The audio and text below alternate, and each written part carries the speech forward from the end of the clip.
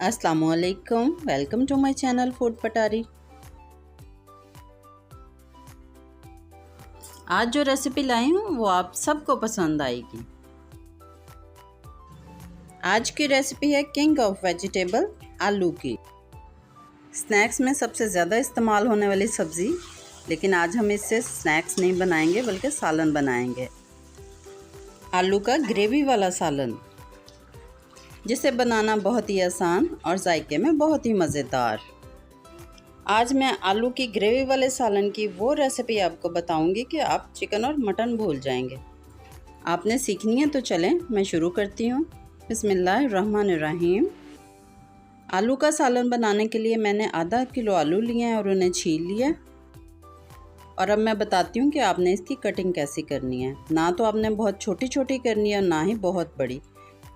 इसकी कटिंग होगी medium size की, कुछ इस तरह की।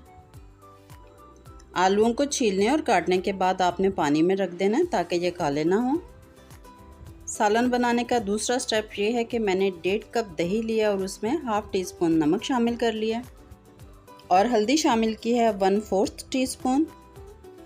1 टीस्पून सुरख मिर्च का पाउडर शामिल कर लिया है। 1 टेबलस्पून खुश्क धनिया पाउडर ऐड कर लिया और इसमें शामिल करूँगी हाफ़ टी स्पून ज़ीरा पाउडर। अब इन तमाम मसालों को दही में अच्छी तरह मिक्स कर लूँगी। मसाले इस तरह दही में डालने से ये होगा कि मसाले इसमें नरम से हो जाएंगे और इनका जायका खुलकर आएगा। और अब कर लेते हैं हम कुकिंग शुरू। पैन में मैंने आधा कप घी को गर्म किया और उसमें 1 टेबलस्पून लहसुन अदरक का पेस्ट शामिल करके उसे 10 से 15 सेकंड फ्राई करूँगी। कोशिश करें कि लहसुन अदरक का जो पेस्ट है आप फ्रेश ही लें। अब इसका कलर हमने चेंज नहीं होने देना और इसमें डाल लेने हैं 2 दरमियाने साइज़ के प्याज, जिन्हें मैंने चॉप कर लिया है। प्याज आपने चॉप ही करने हैं, ना तो इनका पेस्ट बनाना है और ना ही स्लाइस कटिंग करनी है। और जब प्याज इस तरह लाइट ब्राउन सा हो जाए, यानी कि उसका थोड़ा कलर चेंज हो जाए, तो इसमें डाल देंगे 1 टमाटर का पेस्ट। और अब टमाटर के पेस्ट का पानी खुश्क कर लेंगे। प्याज का पेस्ट तो नहीं बनाना, लेकिन टमाटर आपने पेस्ट बना के ही शामिल करना है। पानी खुश्क हो गया है, अब हम इसमें आलू शामिल कर देंगे और अब इस मसाले में इन आलूओं को अच्छे सा फ्राई कर लेंगे।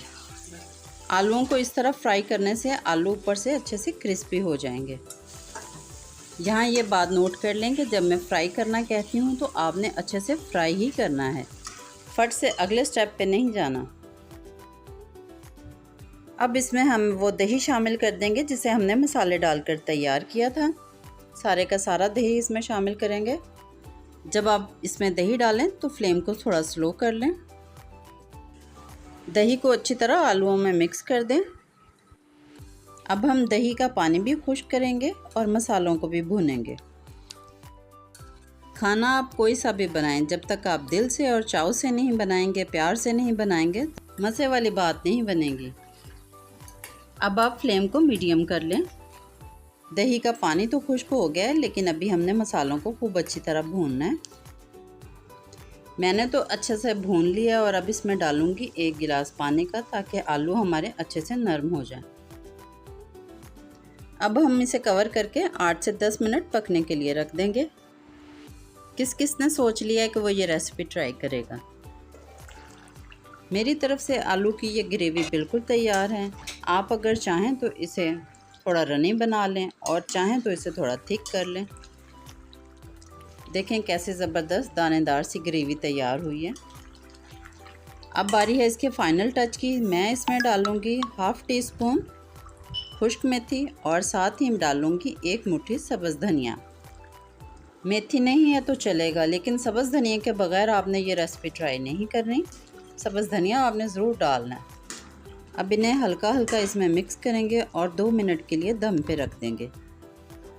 और 2 मिनट दम के बाद आलू का ग्रेवी वाला सालन गर्मा गर्म रोटी का इंतज़ार कर रहा है और कह रहा है कि आ जाओ ते मैनू खा जाओ।